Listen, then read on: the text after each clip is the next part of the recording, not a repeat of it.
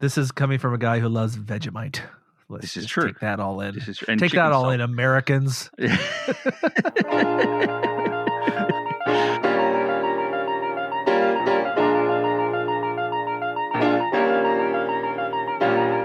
you love to travel? Do you love road trips? Do you love finding hidden treasures in towns all over the USA?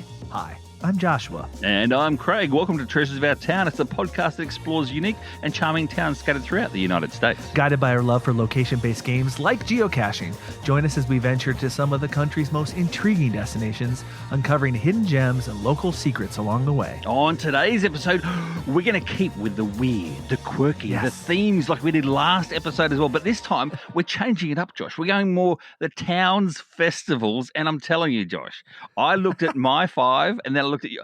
These are weird, quirky, and strange. So, yeah. We've got 5 each, just like we did last episode as well. Yes. Mate, what did you think about this in your research for this? Oh, I enjoyed it. You know, we really love to celebrate in the United States. So much, in fact, that we make up the weirdest stuff to celebrate. And, you know, every town wants to be known for something. So I think this is one of their ways to be known for their different thing by the kind of festival that they put on. Exactly. You got anyone in particular of yours that what number that you'd like to sort of enhance more than the others before we start, or no? Let's just go along. Let's just go with the flow. Let's go with the flow. Number 2 for me, Josh. Again, they're in no particular order, but number 2 for me is quite humorous, I dare say. Yeah, but aren't we going to go to our delays and upgrades before we Of go? course. I'm just letting people know ahead of time. Oh, you're teasing it. I'm teasing. Yeah. I thought you were jumping right into the content. No. Greg. No. And when I get to number 2, teasing number 2, get it? Okay. Yeah, exactly. There you go. Okay. You see what number 2 is. You'll get my little joke when I get to my number 2s. Anyway, okay. Josh. I can't wait. Josh, I saw, speaking of what's been happening in your life, I saw a recent photo on your Instagram, I think it might have been.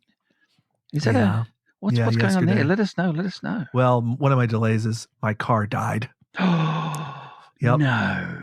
I've had this car for a long time. My Ford Edge, 2007 Ford Edge. Get this, Craig, had 273,000 miles on it. Wow. That's insane. I drove it into the ground. You got your money's worth out of it. Yeah. So this week it was making really horrible noises in the front end, and I knew it was finally time to not drive it anymore when it started smoking. No, and not like the cigarettes or cigars. It actually at the back end. No, it was about to start on fire, I believe. Oh, wow. So I knew I probably should not be driving this anymore. And when the car starts smoking and it makes weird noises and it has 273,000 miles, you're like, I don't think it's worth fixing this thing anymore. So I guess this is one of my upgrades. I got a brand new car. Well, not brand new. I got a new used car. New to you car. It looked quite new. What year model is it? It's a Subaru, I take it. Yeah, it's a Subaru 2017 Crosstrex. Oh, yes. I know the ones. So it's basically like a little Outback. So yes. Kind of a sportier Outback. Yes. But I love the Subaru because, especially up here in the north, they're all 4-wheel drive. No matter how big they are, they're 4-wheel drive, which is really comes in very handy here in Minnesota in our snowy weather. Yeah, it's snow and ice and sleet and the things you go through. Exactly. No, so what did you do with the old one, Josh? You just, what, did you give it away? We're going to junk it. We're going to junk it. You're going to junk it. Some guy's coming over on Thursday and going to take it to its grave. I don't know what they do. It's probably scrap metal. They probably pull parts off of it. And the sad thing is, how it goes is like you always put like nice tires on before your car dies. That's a bummer. There's good tires on it. So, but what can you do? What can you do, mate? What can you do? Yeah. What can you do? So that's actually my delay. Yeah, that's your delay. Delay. I've got a new car. That's a delay. Well, yeah. It was a delay though, because a new used car, you have to still put down some cash. Yes, exactly. Sure. How about you? What's been your delay? My delay, I'm still, like it's obviously van related as well. Like last week as well, I had the issue with my roof vent thing, and now that's all fixed. It's all good. But I'm juggling the electrical in this van, and when I say juggling the electrical, the batteries in it themselves, they are only AGM batteries. They're not the deep cycle batteries, so they can only go down to 50%. And overnight, you see, it draws a fair bit going through, because I've got my fridge on. I've got maybe some lights on sometimes. I even have a CPAP as well that I use too. So it does draw it down quite a bit. And let alone the times when we do these podcasts, etc. My live podcast on a Wednesday night with Scott Burks and stuff too on the GCPC, I need my Starlink up, and the Starlink draws the battery as well. So it's like So I'm it's not really a delay. It's just a bit of a headache how I'm just juggling the battery life of the van, and I need to upgrade the batteries. I think I do. I need to upgrade them to the heavier duty batteries, where they can literally go all the way down to 0%, rather than 50% before they have any issues. So that would be my delay, Josh. What about your upgrade? What about your upgrade apart from your new car? I have a question about batteries. I'm curious. Does it charge when you drive it? Is that how it charges? Okay. Yeah, it's both. So I've got two big solar panels on the roof. So it charges via solar and direct sunlight. And it also charges as I drive as well. I got a big actual, like a separate battery pack itself, a Jackery battery. That I charge the Jackery battery only when I drive, but again, it's got to charge through the battery system that's in there at the moment. So that's the way it works. Either when I drive or via the two big solar panels on the roof as well. So yeah. Okay, cool. Yep. Yeah, it sounds like you do a lot of stuff where you need a lot of power. So I think it's time for an upgrade for sure. Exactly. Speaking of upgrades. Mm-hmm. My upgrade, and I'll just be honest, it's tough to find an upgrade when I'm just cold. It's just cold up here. You're down in Florida, and I'm just cold. But us Minnesotans, we have to embrace the cold. So last weekend, I visited the world's largest ice maze. I did see this. It might have been what was on your Be Real, Josh? You had it on your Be Real as well. I love that hat that you wear when you go outside in Minnesota this time of year. You have to wear a warm hat with fur. The one with the fur and it goes down over your ears and down your neck. It's the same. What's his name? The uncle from that movie that wore that hat as well. Oh, there's Goliath. Sorry. No, it wasn't Goliath. It's okay. We'll keep going. What was his name? The uncle in that movie? Uncle Buck? Yes, Uncle Buck. It's an Uncle Buck hat. Yeah. Yes. Oh, you got to stay warm. Yep. I love my Uncle Buck hat. Mm-hmm. But I visited the world's largest ice maze, and it's official. Guinness Book of World Records came and they gave this ice maze an award. It's actually on the field of where the Minnesota Vikings actually practice.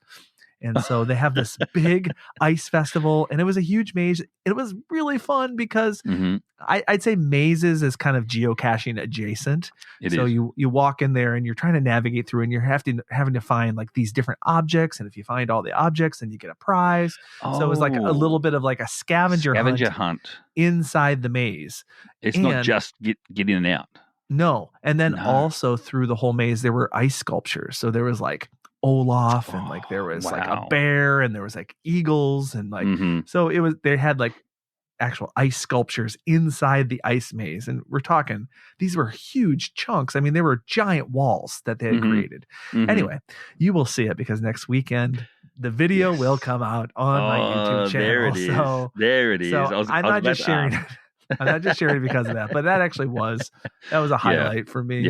Upgrade as I embrace the cold weather. How about you? What is your upgrade? Well, my upgrade, Josh, is I'll just say this: BamaRama, baby. So BamaRama, I'm going to be there this time. So BamaRama, remember you and I went last year, and with Tim as well, and we were there for like 4 days, and it was 4 days full of events and full of fun and full of geocaching and friends. This time, Josh, they're doing events 9 days out from the main event. I'm going to be there for the first one. So I'm going to be in the BamaRama area in Foley and the Gulf Shores for like 10 days straight. So yeah. You're going to get to know them well, because I kind of wish we had a little bit more time, because how cool was that giant fire pit at the two Laura's house out in the country? Yes. Like, it looks like a ton of fun. I bet you they have multiple vents out there. They do. And the two Lauras, they have a multiple the bonfire events as well. So there's more than one, just the one. The main one though is on I think it's the night before BamaRama on the Saturday night. And Josh, I'm going to be late to that. Why? Because I've got to drive to Pensacola to pick up Scott Burks from the airport. He's flying in. He's flying in late Saturday night. He's going to be at BamaRama for Sunday. He's going to stay with me. I've got an Airbnb for us as well, so he's going to stay with me at the Airbnb. Nice. And then after BamaRama, I drive him straight back to Pensacola again so he can fly home. He's there for 24 hours. Wow. And he's really only going to be there. He's really only going to be there 22 hours because you have to drive him there and back. This is true. Exactly. So yeah, that'll be Scott Burks. Picking him up in that too. But no, that's going to be my upgrade. I'm looking forward to it. Looking forward to spend some time with some other geocaching mates as well.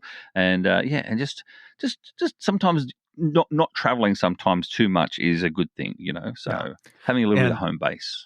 I'm so jealous because, we were there for I think 4 days. So the fact that you get more time there, you can take your time. You're not rushed to we have to max out every single day. Exactly. So I am excited for you, and I'm again very jealous. But next month, Craig, we will be reunited, and it feels so good. Right? You've always got to get a song in, Josh. Always. That's right. We're going to be in Floresville, Texas. That's right. The Texas Challenge, which is the middle weekend of March. And we're going to be there for 4 days enjoying the Texas Challenge, a geocaching event I have never been to. I've never been to it. It's the OG. It's like the original geocaching event. It's the original mega. Wasn't it? Yeah. Is it the number one mega ever? I think happened. No, it wasn't. I don't think it was the first Which mega. Geowoodstock, I believe, was the first mega. But I think Texas had the first event ever. Yes, that's what it is. That's what it is. The first event ever. Yes. Yeah. It was in a bar or something. I remember that now too. Yeah. Wow. Okay, so it's literally the OG of all geocaching events. Full stop. Yes. So that's really cool. And there is big news this week. And that is big news. Geowoodstock, which is another event that we will be reunited, and it feels so good. I'll have another sip of my beer while you sing. Yeah, go ahead while I sing. It has officially gone giga. And if you don't know what that means that there will be over 5,000 people there.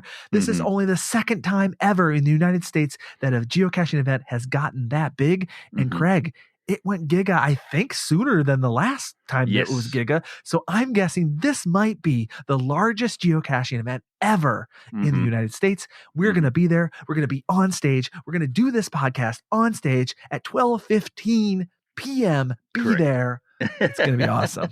I can't wait. And not just that, if you are there as well, Josh, we're going to organize, you and me are going to organize a 1 hour long adventure lab at that location. That's it, 1 hour long. So if you're not there, you're going to miss out on 5 finds. If you're there and listen to us, you're going to get the 5 finds as well. So that's really cool. We're going to turn it on when the podcast starts, and we're going to turn it off. Exactly. Podcast ends. And Josh, we always say as well, this podcast itself is, we love travel, and our travel is guided by our love of location-based games like geocaching. And let's be honest as well, the reason why I come over to the US in 2018 was for the first American Giga in Cincinnati, you remember? If that Cincinnati didn't go Giga, I wouldn't have come over and driven across. I wouldn't have met you face to face. I wouldn't have, Josh, I probably wouldn't be here right now. Just saying. Yeah, you would probably be in Australia. Yeah. Exactly. Wow. So how the turntables have turned. They say, a giga event has changed your life, and who knows? It does. This next one might change your life as well. Who knows? Maybe. Who knows? Maybe. Who knows what's going on, Josh? Who knows what's going on? So no, it's really, really cool. And congratulations as well to all the ambassadors, all the hosting crew, the whole lot for their hard work that they all put in to try and get the word out that, this is going to be a big event and everyone should attend. So you're going to be there. I'm going to be there. We're going to spend some time with Tim, Minnesota boy, as well. And our good friend Rob, Coach V, is going to be there as well. So the four of us are sharing a dwelling, an Airbnb, with some beers in a hot tub, I dare say. Oh, it's going to be fun. And you know what? Everybody's going to be there. Exactly. Like the who's who of geocaching is going to be there. So if you're thinking about it, gosh, I would love to go to a geocaching event this year to celebrate. This is a big year, 25 years of geocaching. Yeah. It seems appropriate that we have a giga event for 25 years of geocaching. Exactly. Get to this event. To this event if you only have one choice. That's right. Because it's going to be special. It really is. It really is. And Josh, moving in now, speaking of West Virginia, guess what? West Virginia is my very first place for my weird and wonderful festival, quirky things. So perfect. What a segue. Yeah, Are you ready? I have another segue. Are you ready to jump in? Yeah. What's your other segue? I have another segue. Okay. You segue as well. This was a planned one because this is coming out. This episode's coming out on February 3rd. Correct. Well, yesterday was Groundhog Day. Oh, that's right. That's right. And I can't think of a more iconic, quirky festival than Groundhog Day in Punxsutawney, Pennsylvania. This poor groundhog, literally reefing him out from his nice little warm hidey hole just for the sole purpose of holding him up in front of a crowd of people just to see if he looks at his shadow or not. That's insane. It's quirky. It is quirky. And someday I would love to celebrate Groundhog Day in Punxsutawney, Pennsylvania, but I wouldn't mind celebrating in Woodstock, Illinois, which was the shooting location for Groundhog Day, the movie, which is just as iconic. So and this year was the year to go because Groundhog Day lands on a Sunday. Yes. It was yesterday as this is being posted. Yeah, exactly. So anyway, we know in America, we love to celebrate weird things. It's a big celebration. Towns have these festivals. And a lot of these towns, they have the festivals to put themselves on the map. Yes. Because they're smaller towns that want to be known for something. And they're like, what do we want to be known for? Exactly. It will be this. So Craig and I, we're going to talk about 10 of them. And now. I can go. Now I can go. Number one. And again, as we said last episode, Josh, these are in no particular order whatsoever. It's just random order itself.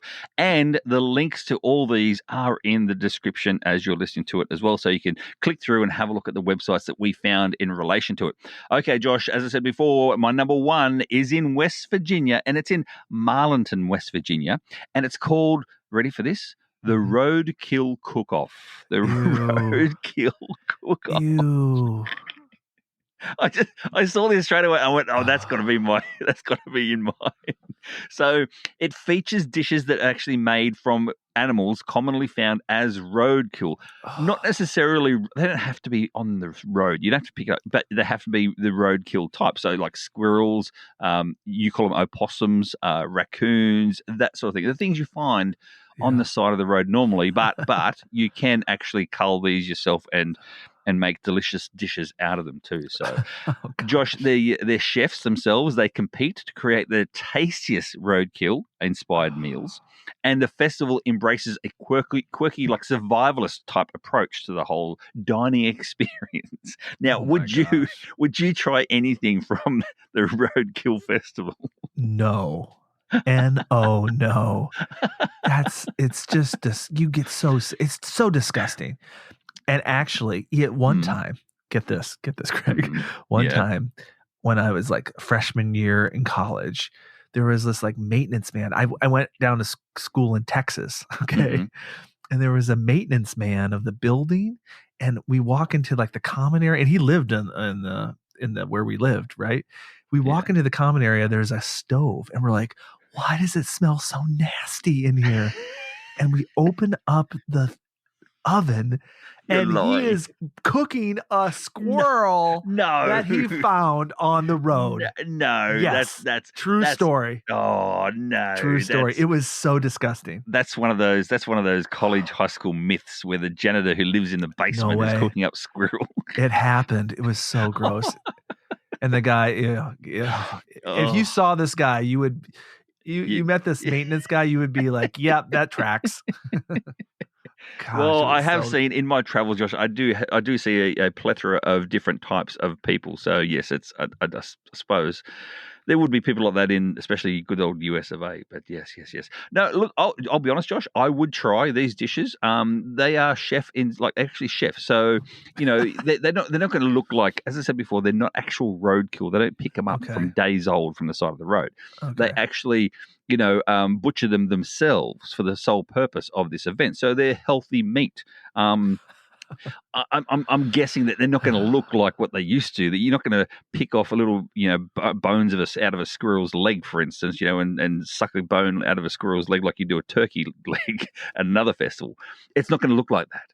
And so I would try anything and everything that they have on sale. I would, and you still wouldn't, thinking of that? No.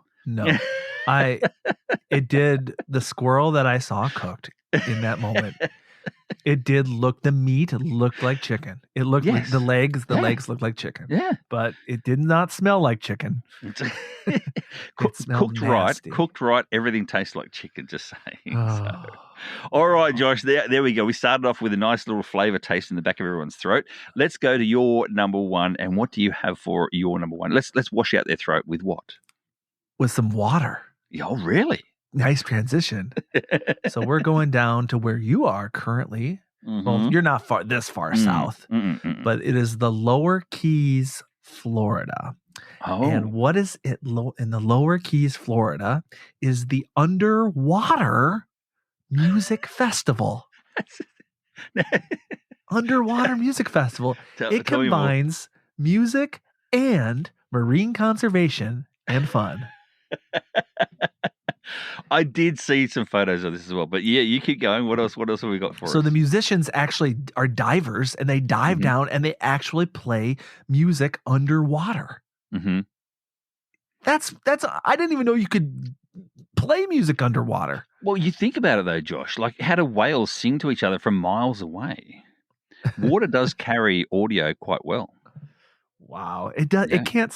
It's got to sound weird. So I wonder if the musicians are down there, they're playing or whatever. Then other divers are down there to listen to it. Yeah, must be. Like, I want to see the go-go dancers with their bubbles going blop, blop, blop, up from their mouths. But if you have a look on the post itself, Josh, some people are like pretending. You know how the good old air guitar. Then they don't have the air; they've got water guitars, but they're in the shape of like a big starfish, and they're like pretending because there's obviously no strings on them as well. But they're pretending, so they're doing air guitar underwater with a big starfish. So it looks really cool.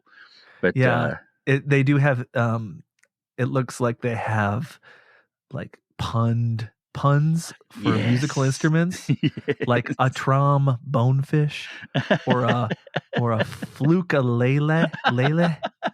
A flukalele, I like it. Flukalele. And they play ocean theme music. I guess they play like the Beatles' Yellow Submarine. Yeah. They actually have like a special underwater speakers to make this happen. Yeah. Because obviously you can't have electricity going underwater, but there's actual speakers that can go underwater. So this has been going for over 35 years. Wow. And so it's a big deal. It looks like it's like a fundraiser for coral reef conservation. Oh, yes. Yeah, that makes sense. You know all about coral reefs because you're from Australia, right? Yeah, exactly.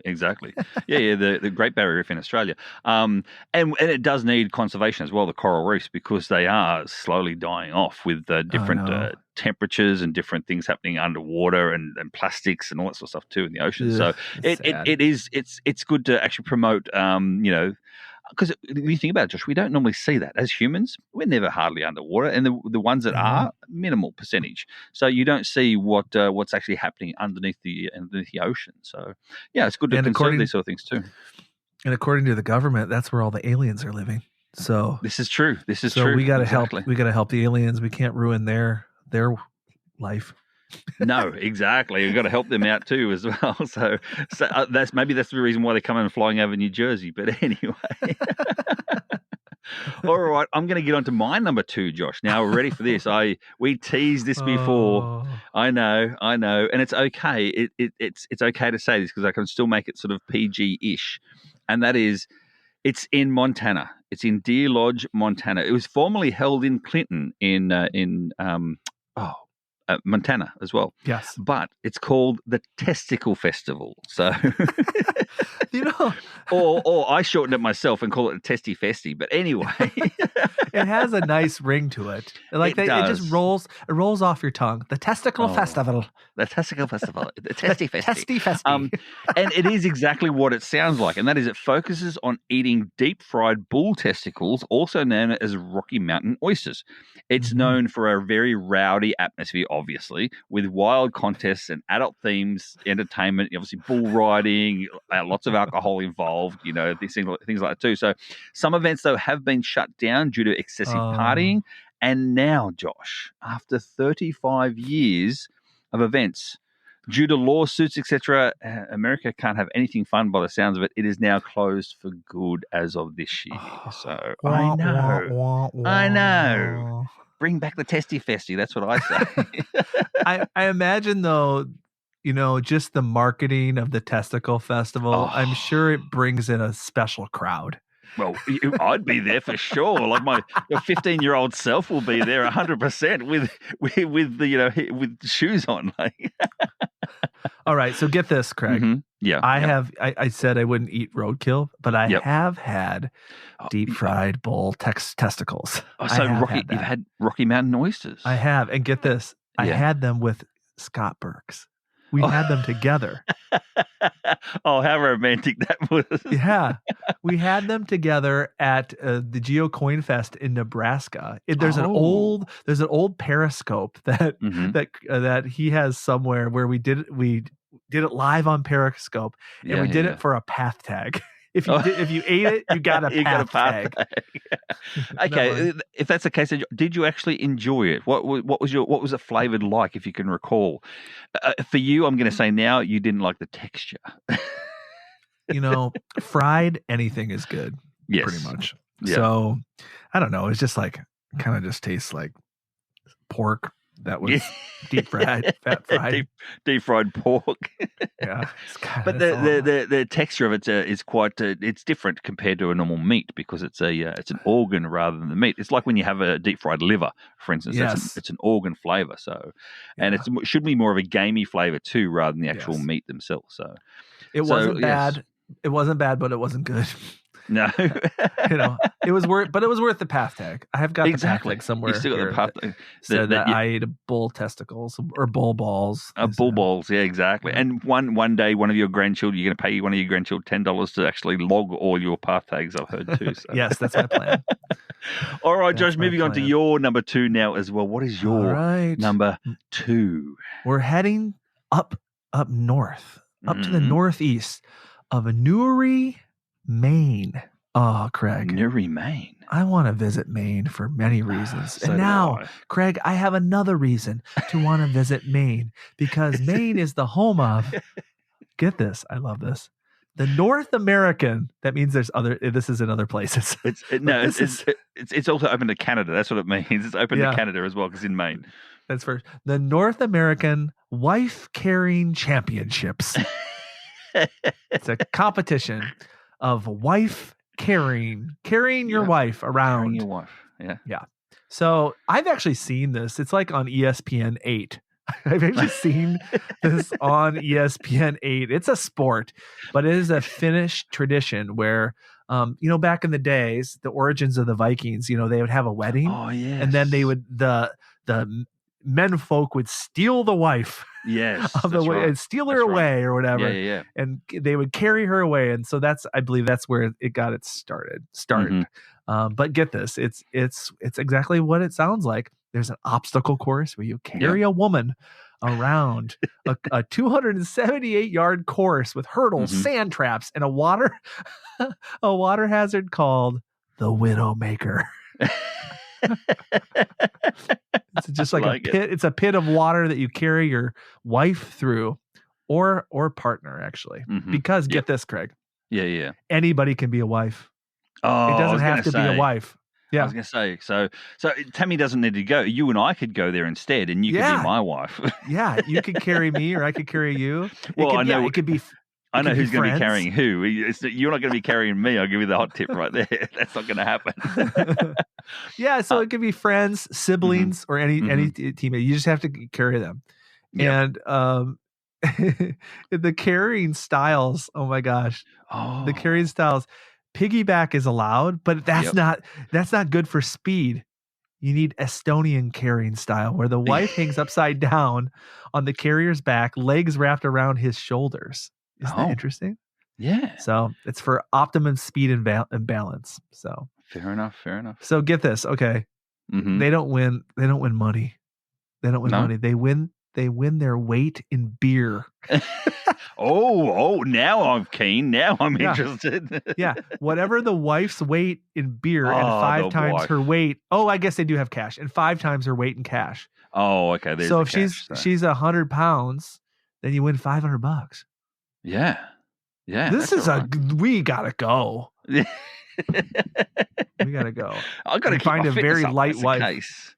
Exactly. But then, see, that's the thing, and I like the idea of that too, Josh. And that is, if you've got a lighter wife, you're more inclined to be up ahead. You're possibly going to win, but you're not going to win as much as someone with a heavier wife who can pull out all the stops to get over the line first with a heavier 200-pound wife. Yeah, $1,000. There you go.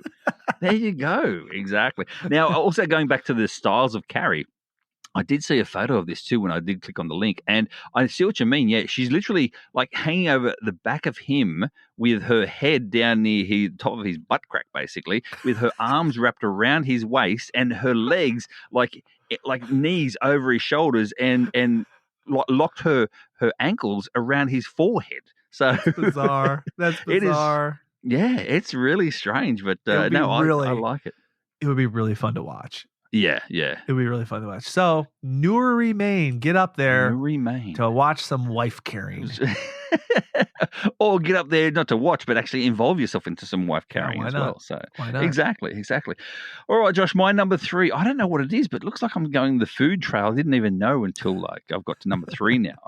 I'm still on food. I'm still on weird food. This one, I'm going to pronounce this wrong, but this is the way it came out, is homogeneous, or is it humongous? How would you say it? Humongous. Is that humongous, is it?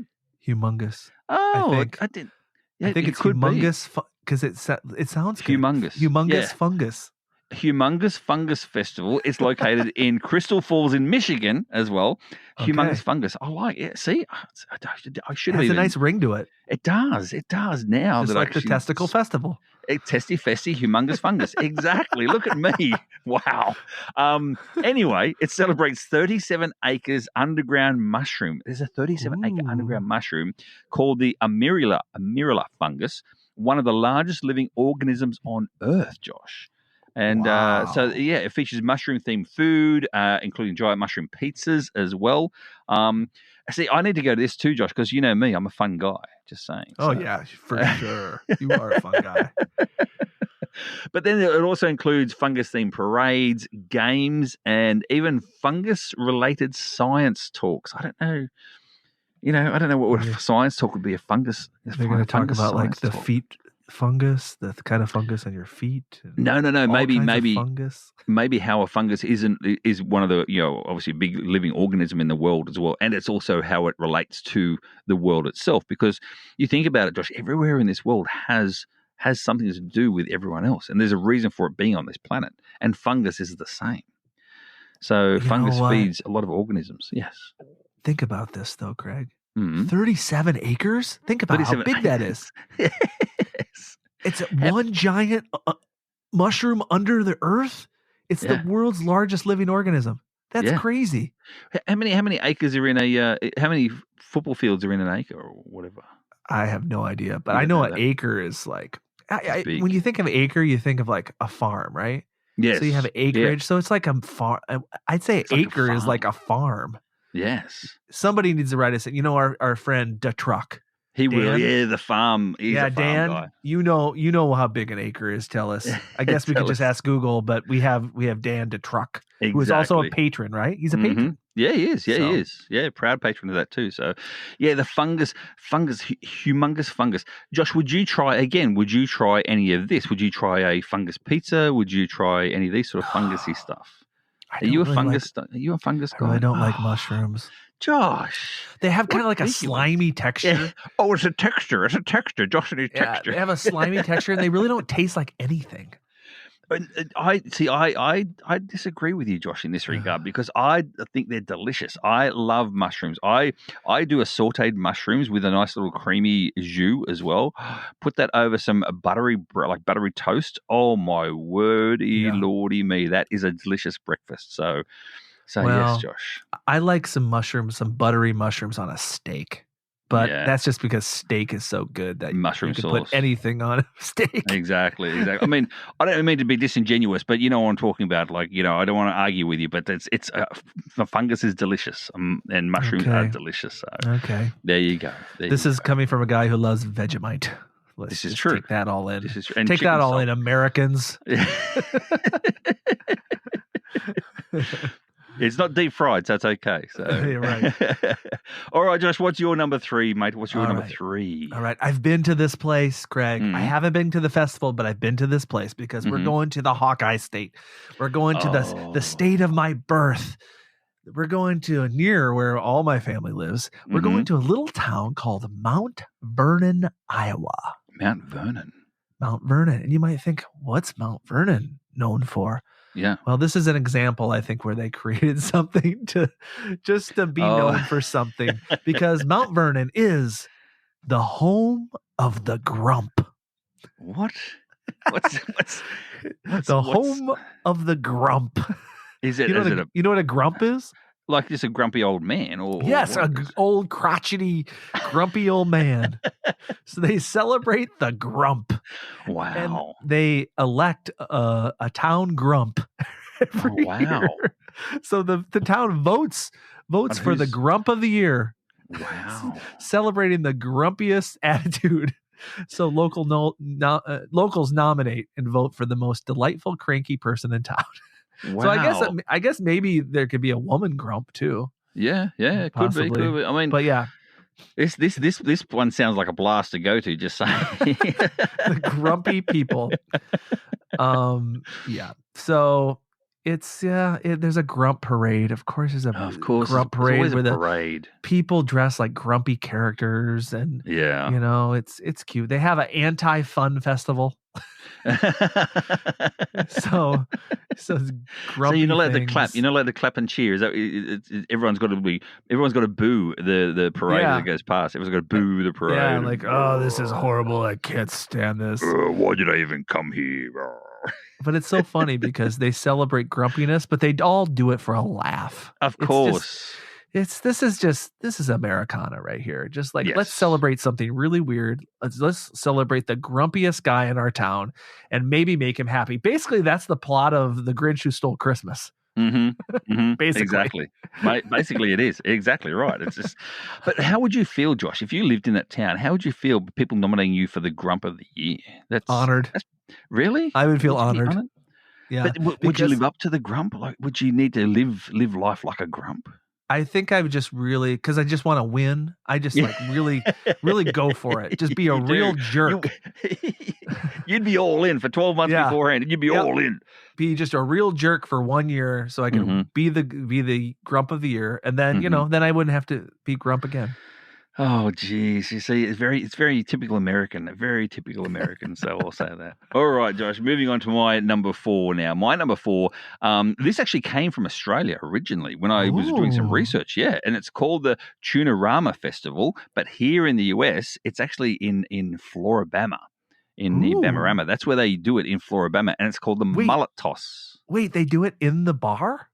No, they do it. No, they close the road And what they do is the line between Florida and Alabama, that the state line, the border line right there, is the line which they've got to toss from. So they can try and toss the mullet. They use a mullet, not a tuna. They toss the mullet from the border. So from in Florida as far as they can into Alabama.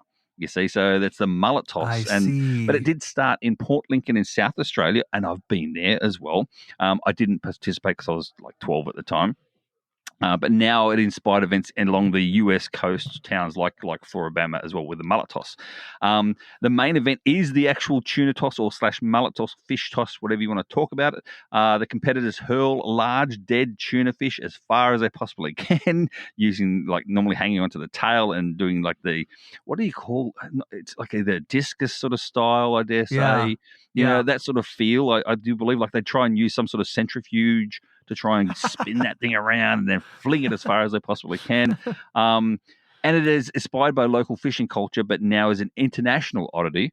And other things as well is fish contests such as the slippery pole climbing too. You've seen that as well around, where they literally get some fish guts and that and slime up a pole, and you've got to try and they put the pole on.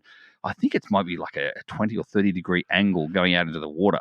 And they put a flag on the end of it, and you've got to run out and try and get to the flag. But literally, people just slip off left, right, and center into the water all the time without getting the flag. But there's obviously money involved in regards to the person who can toss the most fish, the person who can get the flag, that sort of thing as well. So, yes, again, Josh, would you try this one? It sounds like fun. It sounds, but it's probably more fun than the Grump Festival. I don't know. Don't knock the Grump Festival until you tried it, Craig. Oh, now you're going for King Grump straight away. Looking.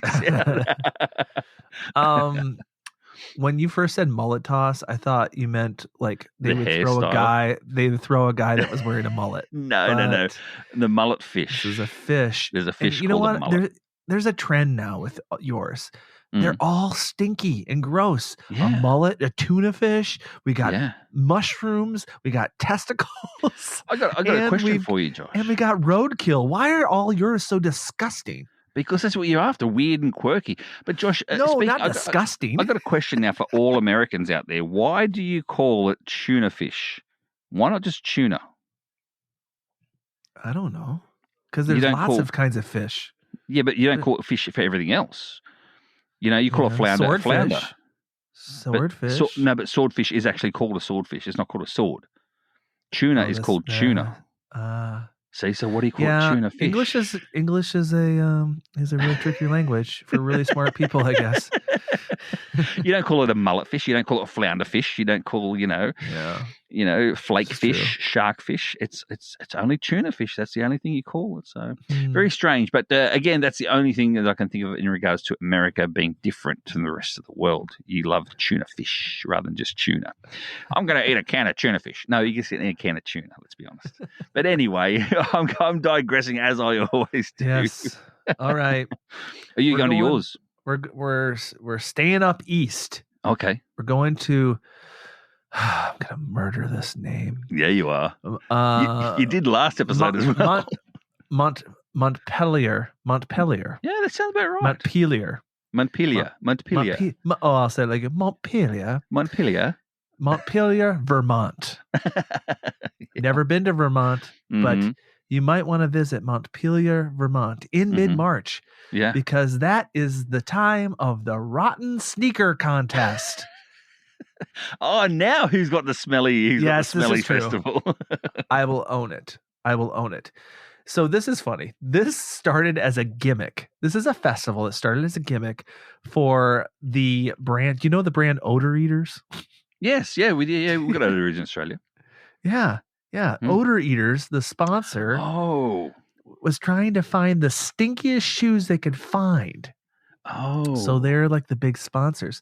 So you bring the most nasty, smelliest shoes you can, and it's judged. Get this. This would be an interesting job. Ready for it? Oh, yeah. Judged by professional sniffers. Humans or dogs? No, it's people. It's people. They're professionals. And they determine the stinkiest shoe. Wow. Nasty. Wow. You know how you win? You want to hear how you win? Yeah. The judging's based on odor, not just odor. But how worn out the shoe is as well. How nasty it looks. And overall foulness. It's just like the nastiest, smelliest, sweatiest, grossest shoe. And sponsored by Odor Eaters. Wow. And it's open to kids and adults. It's pretty cool. Again, being in the US, there'd be a few people I know would actually be, running to win this and be world champion. Let's be honest. You see them a lot on TikToks and stuff too, that sort of thing as well. But wow, Josh, would you have any? You wouldn't have any of yours at all, because you think about it. If you were to do this type of thing, you'd actually have to probably wear them for months beforehand with no socks on. Don't wear socks. Yeah. Yep. You got to have your feet sweat inside them. Yeah. You need a leather loafer. Yeah. Wearing no socks, and you have to every day you have to jog in this leather loafer with no socks. Yes, exactly. And go through mud. Go through mud and stuff as well. Exactly. Yeah, to make it look bad. Make it look bad, and make it tattered, and then you need to really sweat. Feet need to sweat inside. Yeah, you gotta sweat. And sweat for. Oh no, I can't. I think too much about this sort of stuff. So, but it's worth it, Craig, because you not only get a cash prize if you win, but you get this. A lifetime supply of Odor Eaters. I'd be using my cash prize to transplant my feet after that. Just saying, because that'd be right. Because you wouldn't be able to scrub the stench off your feet either. You're gonna get warts. You're gonna get fungus for sure. And we're not talking about the mushrooms. No, exactly. See, again, Josh, I would prefer eating testicles. I would prefer eating roadkill. I'd prefer eating a mushroom than go to this one. This one for me is really not good. It's not my cup of tea, so to speak. I think maybe we should rename this episode "The Grossest Festivals." Yes, we should. That's probably the worst one so far. That's pretty bad. I think it's worse. Bizarre. It's worse than all mine. Mine were pretty bad, but that's worse than all mine. All right, Josh, what am I up to now? I'm up to my last one, number 5. Last one already. This is not a good timing too, I will say. Mm-hmm. All right, Josh, this one here you cannot eat. This one is more quirky. This is a bit weird, but and quirky, but it's not disgusting. It's not terrible. It's called the Woolly Worm Festival in Banner Elk, North Carolina. Woolly worms. What do you think of, Josh, when you hear the words woolly worm? I think of like a caterpillar. Yes, exactly right. Like a furry little caterpillar. Yes, it involves races between woolly bear caterpillars. They're called bear caterpillars. Oh. And Josh, very much like the what do you call it? We just spoke about it before. The 2nd of February, the Groundhog Day. Groundhog Day, very much like Groundhog Day, is that the bear caterpillars predict the severity of the winter as well. You see, in North Carolina. The winning worm's markings are then analyzed to forecast the snow levels and temperatures. That's how they do it. So the winning worm is the worm that's analyzed to predict the actual the snow levels and temperatures. Wow. Thousands of people attend. And also, Josh, get this, you can bet on the caterpillars and then witness the folk meteorology, they call it too. So you can actually put money. See, it's very Australian now when you put money on anything at all too. Well, a lot of these festivals that we're bringing up involve money. Yes, true. Why would money. You otherwise? It's a draw. It's a draw. You got to win some money. Carry your wife and win some money in your weight in beer. Exactly. How big is a woolly bear caterpillar? Are they bigger than normal caterpillars? No. There is normal sort of size, but there are woolly, like they're very furry type caterpillars as well. This one to me would be an easy one to go to, just to the sake of being going to it once, and then you celebrate the whole festival afterwards. The whole festival isn't around this. It's very much like the Groundhog Day sort of style, whereby it happens once and it's done, and then everyone goes and drinks woolly bear caterpillar beer at the local pub that's just named that for namesake. Exactly. So but so that's my number 5, Josh, the Woolly Worm Festival. See, I like that. I finished nice and easy. You went hard at the end there. Oh well, you were talking still one more to go. I have one more. I forgot. This is the 10th one. Oh, I've been here as well. Mm-hmm. More than once. I've been here twice. Mm-hmm. We're going to Seymour, Wisconsin, home of the cheese land. And in the month of August, Seymour, Wisconsin has, get this, Burger Fest. Oh, wow. Like hamburgers? Yes, because Seymour, Wisconsin claims to be the city where the hamburger was invented. Oh, I wonder how contentious that is. I'm sure it's very contentious, but I've done some research. The festival honors a guy named Charlie Nagreen. They call him Hamburger Charlie. And back in 1885, he flattened a meatball and put 2 slices of bread to the fairgoers, the local fair, and to eat to go, and the hamburger was born. There it was. See, and there's a big. I have a video of this. I have a couple videos of this. I have a full-size YouTube video and I have a short. Really? Yes, I do. It'll be in the show notes. But there's a giant statue in the middle of the town, and it's a giant statue of Hamburger Charlie, and he's holding a giant hamburger. And then you walk across the street, and there's a gigantic, Craig, a gigantic grill, huge. And this grill, when it's not in the winter, it has like a statue burger on it, but they take the statue off in August, and get this, they cook on this real grill an 8,266 pound hamburger. No. Yes, it's humongous. That's insane. Yes. How many cows died for that thing? A lot. It's a huge grill, and it even has flipping equipment, so they flip the burger on this giant grill. It's humongous. You'd have to flip that with like forklifts and stuff, surely. Like, I know. Wow. This is a sight to behold. Wow. This is cool. And get this, Craig. I did a retreat. I lead retreats, and and I led a high school retreat in Seymour, Wisconsin. And I didn't know this is a big deal, but they were like, "Oh yeah, you got to go down there and see Hamburger Charlie." They're like, "We have a huge festival in August," and then they're telling me about the ketchup slide. And I'm like, "What?" They're like, yeah, every year we do a ketchup slide, and basically do you know what a slip and slide is? Yeah. They just have a big slip and slide, but instead of water, they just fill it with ketchup. And they just slide down, and they probably look like they've been murdered. Yeah, they just get completely red in ketchup.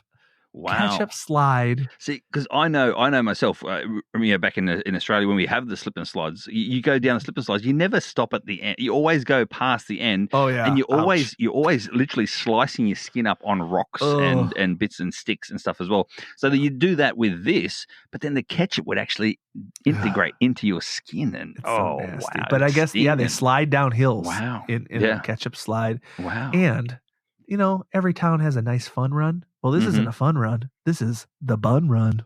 Oh, of course. 5K bun run. 5K bun run. Get those buns running. Yeah, exactly.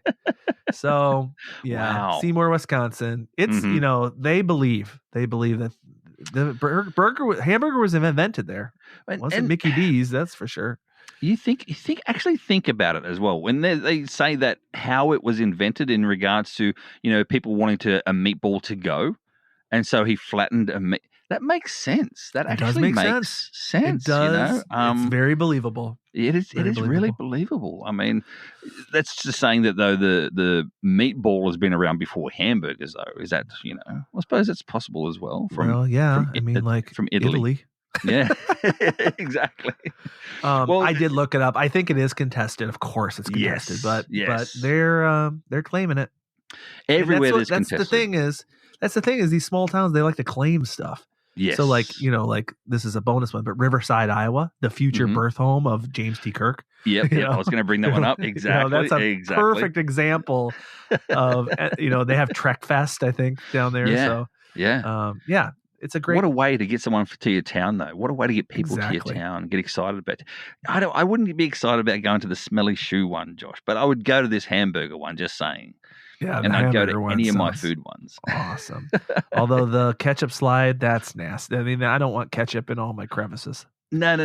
I'd watch it though. I'd watch it happily. It'd be entertaining. It'd be entertaining, especially because the college kids. It'd be great. They'd be like, they'd be hammering down there. Someone like your boys, Hayden, they're smashing themselves down. Yeah. You remember what it was like being that age, but you wouldn't do it now for sure. Exactly. But anyway, Josh, how was that for the top 10? That was, or not top 10, but it was just 10 weird quirkies. There are so many towns and there's so many festivals about so many things. Yes. Craig, we could probably have a whole podcast about celebrations in small towns across the United States. Yeah. So this was fun to talk about. We should maybe talk about it again sometime. And I as we're thinking about show ideas. And by the way, if you're listening to this and you have a show idea, we would love to hear it. Absolutely. But I think it's okay to repeat some of the shows and have like as we're going to do soon, March Madness, roadside attraction, March Madness, exactly. Part 2. It's coming up next month. So I think it's okay. We might need to revisit this topic because this was a lot of fun to talk about. Exactly. And if you do want to reach out to us as well, to if you have a topic or idea, the best way to do it, Josh, is becoming a patron. Yes. That's the best way to do it. And before we get into our little patrons, we've got 2 brand new patrons, Josh. Did you see that? 2? I know. 2 brand new patrons after the last episode. Yes. I know. Geovet91 and I'm gonna ruin his last name. I can't.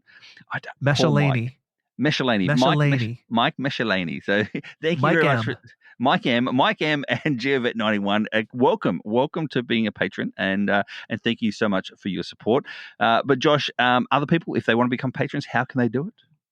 Yes, if you've been enjoying our podcast, like Geovet91 and Mike M, we would love your support. I think they joined because the last time, Craig, the last episode, we had a little teaser. We had some bonus content. We did. Because we offer the golden nuggets. Yes. This is treasures of our town. Yes. And we have little golden nuggets that we hide. We hide them in Patreon. We open up a treasure trove, but only the patrons get to hear them. And before you go on, we've got to let people know as well what it was, because we didn't tell anyone what it was. We didn't even know we were going to do it until after we finished the episode last episode. And that is, there was a contentious issue there with the Dr. Peppers, with Dublin Dr. Pepper and the other Dr. Pepper in Texas. The corporate Dr. Pepper. Corporate in Texas. And so we then discussed, Josh, over the next, it was only 10 minutes or whatever long, but then we then discussed the difference between a Dublin Dr. Pepper, and this is where I made the mistake, and that is the virtual cache was at Dublin Dr. Pepper. Yes. It wasn't at the Houston one. So we go into that in depth on the patrons as well. Waco. So the Waco one. Waco one. So, but we go into that in depth on Patreon. So, yes, there you go. That's the reason why they need to become patrons. The Patreon is where we correct all our mistakes. So, if you've heard any mistakes here, don't worry. We say the right thing over on Patreon. So, if you'd like to join our Patreon, we would really appreciate your support. You got to help us, Craig. They got to help us get to Geowoodstock. We got to get to that stage, right? Exactly. So join us at patreon.com/treasures of our town. You'll find our Patreon there. And how else, Josh, can people find us or contact us if they do have a show idea? Yes, feel free to reach out to us at treasuresofourtownpodcast@gmail.com or follow us on Facebook, Instagram, X, and YouTube. So that's it for our show for today. Please subscribe, rate, and review on your favorite podcasting app. And as always, Josh, may your travels always lead you to the most unexpected and amazing hidden gems around the world. See you next time. Celebrate good times. Come on. Celebrate the grump, the grump, the grump. And yes, Josh Mr. proud of his town again for another episode. I'm so proud of my town. I'm proud that someday I will be the grump of Mount Vernon, Iowa. I'm proud of it.